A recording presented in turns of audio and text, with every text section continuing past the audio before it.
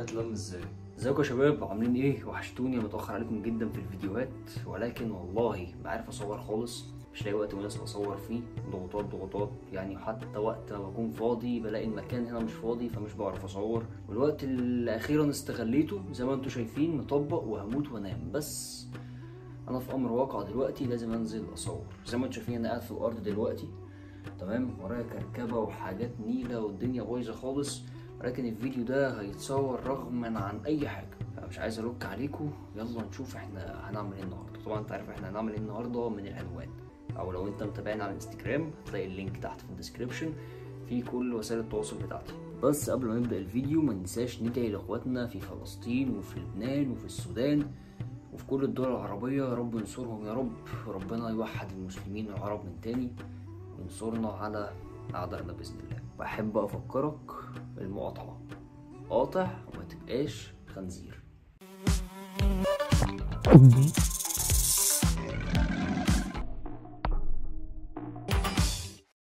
زي ما انتوا عارفين ان الحوض ده كنت عامله للترسة، ولكن ما كنتش مجهز كل حاجة، فحاليا انا جهزت الاساسيات.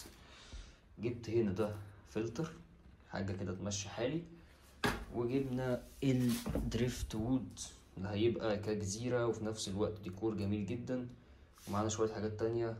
ويلا نجهز البيت بتاعها ونشوف الترسة تربيتها محتاجة ايه. مبدئيا كده الفلتر ده حاجة بسيطة جدا، 15 واط، يعني هتلاقيه في حدود، مع خرطوم هنا هتلاقيه في حدود 200 جنيه تقريبا. ايه، ومعاه حاجة هنا مش عارف دي ايه بصراحة، مش عارف هتركب فين، فايه مش هركبها. هو الفلتر كده تمام، تعال نركبه في الحوض ونشوف ايه الدنيا. معظمكم دلوقتي مستغرب ليه فلتر اصلا في حوض فيه ترسة، هي محتاجة الفلتر في ايه؟ انا بنيمه عشان يكون مغمور كده تمام. تعالى نشغله، هو كده اشتغل، ولكن التيار بتاعه قوي جدا. يعني ايه، نفكر اغير الاتجاه، مش عارف. انتوا شايفين لو عملت كده مش هيسحب كويس، نحطه هنا كده.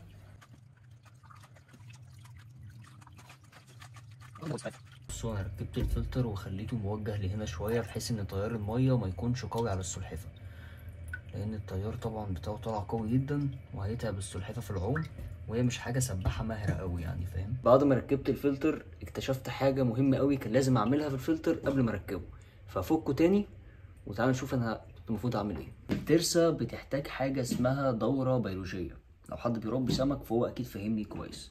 الدوره البيولوجيه بتحتاج حاجات مهمه كده هقولها لك دلوقتي في الفيديو. انا مش خبره في الموضوع، ودي اول مره اجرب الموضوع ده، فبشارك معاكم تجربتي. فانا هقول لكم انا هعمل ايه بالظبط. ده كسر فخار، وهو حاجه يعني وسط، يعني مهم جدا وحاجه مناسبه جدا للبكتيريا النافعه تعيش فيها. طبعا لازم بكتيريا نافعه عشان تحافظ على نظافه الحوض. زي ما انتوا شايفين كده هنحطه ده بقى جوه الفلتر. بصوا فتحنا الفلتر، نطلع السفنجة اللي جواه، تمام. يعني هرمي شوية كسر تحت هنا كده، نحاول برضو ايه ندخل السفنجة، نحط شوية على الوش، حاجات في الجنب نحشرهم في اي حتة. مش عارف ايه العك اللي انا بعمله ده، بس ادينا بنجرب، تمام. المفروض اصلا ممكن استخدم فلتر بيولوجي بيكون مجهز، في فلتر اسمه فلتر زواحف، ده بيبقى سهل اوي نعمل الكلام ده كله. لكن ايه، الميزانية ما خسها خالص، فاحنا بنجرب بمتاح، بوريلكوا برضو الرخيص علشان نظبط الحوار ده. لما انتوا شايفين حطينا شوية كسر فخار وهنقفله. ودلوقتي بقى نحط الدريفت وود بتاعتنا. الدريفت وود ده معمول في مصر، ما هوش مستورد، فسعره رخيص. الحتة دي انا جايبها من عند الحاج محمد نجيب في الأزاريطة، يعني هسيب لكم صورة المحل بتاعه، لو حد محتاج حاجة زي كده هيلاقيها عنده هناك. مش عارف هعرف اصور وانا بركبها ولا ايه، لكن الموضوع بسيط. حاطط صخرة جوه عشان اسندها عليها، انتوا شايفين، بس الموضوع بسيط اوي كده. مية ودي جزيرة في نفس الوقت. لو بصينا من هنا هيبقى مظهر جمالي جميل، ولو بصينا كمان من تحت كأنها جذور، فالموضوع ايه لذيذ. قد تظن ان الموضوع كده خلاص، ولكن فاضل لمسات ايه بسيطة وحاجات مش هتكون باينة اصلا في المظهر. هو كده كشكلا خلاص كأساسيات، ولكن بقى ايه حاجات مهمة بسيطة كده اقولك عليها. تعالى نشوف. البتاع اللي جوه ده اسمه مزيل كلور، مش عارف المادة اسمها ايه، ولكن دي بيدوبوها في المية عشان تبخر الكلور اللي موجود في المية. ممكن ما تستخدمهاش وتسيب المية بره لمدة 3 ايام بحيث ان الكلور اللي فيها يتبخر، او لو انت مستعجل فمذيب الكلور ده جميل قوي. ده اول مرة استخدمه، فانت محتاج حاجة بسيطة كده. لو انت عندك مساحة حوض زي بتاعتي، على مثلا كوباية مية، وهتقلبهم تدوبهم فيها، وبعد ما يدوبوا خالص هتضيفهم على المية بتاعة الحوض. ممكن تقلب بأي حاجة عشان ايه تسرع عملية الذوبان. وبعد ما يدوبوا خالص هنفضيهم في مية الحوض، وهي بقى هتتقلب وان شاء الله يشيل الكلور من المية. فطبعا انا بستخدم ايه حنفية فوق هنا على طول، ولكن في حاجة هعملها قريب، او الدورة البيولوجية اللي احنا بنعملها هتحتاجنا ان احنا منحطش الحنفية، لازم هنحط في جردل بره الاول، وحوار كده هفهمه لكم دلوقتي. وزي ما استخدمنا كسر فخار عشان البكتيريا النافعة تعيش فيه عشان الدورة البيولوجية، هنحتاج بقى البكتيريا النافعة نفسها. ودي بكتيريا نافعة مجففة واخدها من عبد الرحمن صاحبي، انا واخدها منه من زمان، فمش عارف هتكون عايشة ولا ايه. احنا هنجرب، مش عارف الكمية دي مناسبة ولا ايه، فاحنا بنجرب برضو. اديني بجرب معاكم، انا اول مرة اعمل الموضوع ده، فاتمنى التوفيق. بص انا هفضيها قريب من الفلتر. يا نهار اسود، مش عارف بقى يعني ايه، حاسسها عكرة المية، بس بدأت تغطس تنتشر في المكان. اعتقد ان هي هتختفي تماما يعني.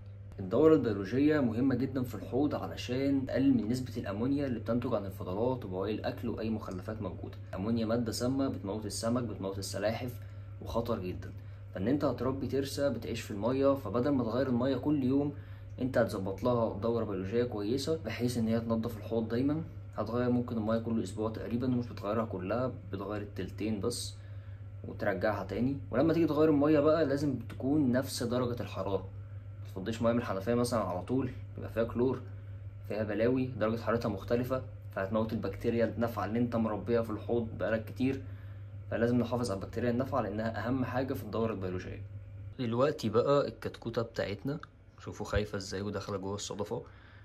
طبعا الصدفه بتاعتها بدا يتكون عليها فطريات من بره لونها ابيض، دي بسبب ان انا كنت مهملها بقالها فتره وحطيتها في علبه من غير اي حاجه وحوار نيلة بصراحة. فأنا متأسف جدا. خير الحوض بتاعك بقى جاهز، وهنحاول ننضف ده مع الوقت، وأتمنى إيه تعمل شيدنج كده وتكون إيه الدنيا تمام معاها. يلا بقى نحطها في الحوض بتاعها، شوف هتعمل إيه.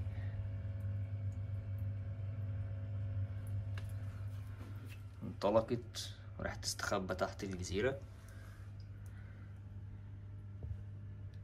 جوه اهي. الحوض طبعا كبير قوي، فهي هتفرح بقى جدا بيه. بصوا كده هي واقفة فين، راحت تستخبى تحت هنا. كائن عسول قوي وعبيط. بص الجمال والحلاوة، بص السكر. كائن عسل عسل، وتربيتها تحفة، ولكن لو هنربيها لازم نهتم بيها جدا ونوفر لها اللي هي محتاجاه عشان ما يبقاش حرام علينا. الحوض عندي ده قديم قوي، مكنتش متوقع ان الازاز ممكن يطلع الصورة يعني ايه، لسه هقول يطلع الصورة نقية. الدنيا باظت.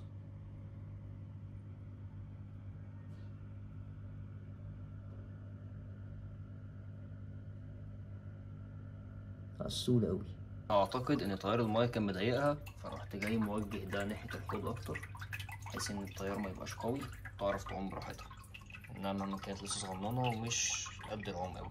طبعا الشكل الجمالي للحوض مش واو، مش احسن حاجه، بس ان شاء الله المفروض هجيب فرشه تحت ازرع فيها، تكون مثلا بازلت او حاجه، ولكن حاليا معيش فلوس، فلسه بقى اجيب فرشه وهجيب زرع هزرع الحوض من تحت ومن فوق، في زرع في كل مكان، تبقى بيئة جميلة جدا. ممكن كمان احط معاها سمك، منه يبقى عايش معاها ومنه تاكل منه عادي، انها كده كده بتاكل سمك. فالموضوع هيبقى جميل ان شاء الله. دعواتكم، ربنا يرزقني وهدلعكم. والله العظيم الفلوس اللي معايا رحت جبت بيها الفلتر والدريفت وود دي. طبعا انتوا عارفين الدريفت وود غالي اصلا، الفلاتر كمان بقت غالية والدنيا دي بايظة شوية معايا.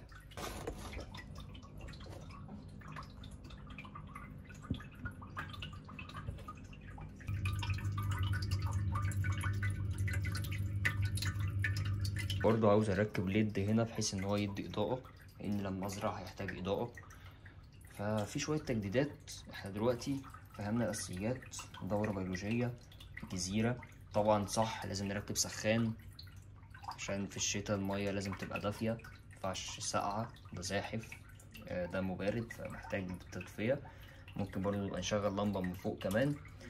وحاجة مهمة جدا بالنسبة للترس يا جماعة، دي سلحفة والشمس هي حياتها، لازم تتشمس دايما. عايز اقول لكم بهتان اللون ده والعلامات اللي على جسمها بنسبة كبيرة قوي او اكيد بسبب عدم التشميس، لان الفترة اللي فاتت كنت مشغول جدا فما كنتش بشمسها. فزي ما انتم شايفين كده الموضوع مش جميل خالص. الشمس مهمة جدا للسلاحف والزواحف عموما، بياخدوا منها فيتامين د وبياخدوا منها حاجات كتيرة جدا مهمة. الشمس بالنسبة لهم مش حرارة، الشمس بالنسبة لهم أشعة فوق بنفسجية بيستفيدوا منها جدا وجسمها بيمتصوا، ومهمة في امتصاص الكالسيوم في جسمها.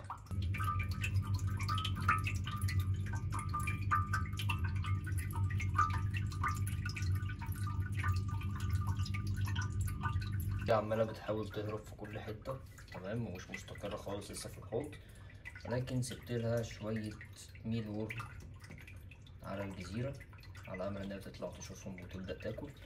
طبعا الترسة أكلها الأساسي حشرات وأسماك، بروتين عموما، بروتين حيواني، وأوقات بتتغذى على النباتات ولكن مش بصفة أساسية، بتحتاج برضه إنت تنوع لها في الأكل كتير.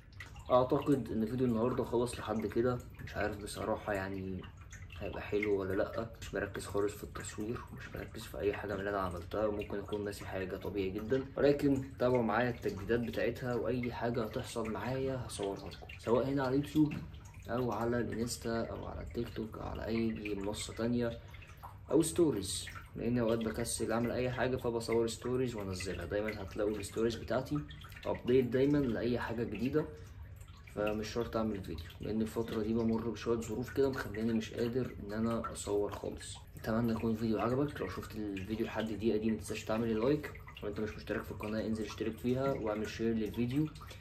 ولو حد من صحابك عاوز يربي ترسه ابعت له الفيديو ده وقول له ما تربيش، او قول له لو هتربي يعني اتعلم تربيتها ازاي. وعلى فكرة ورايا هنا الكركبة دي كلها فيها كائنات جديدة هصور عنها تاني دلوقتي، يعني الفيديو ده انا خلاص هقفل تصويره وهصور فيديوهات كمان. فكان معاك ادم هاني، خبير في الحياة البرية، وسلام.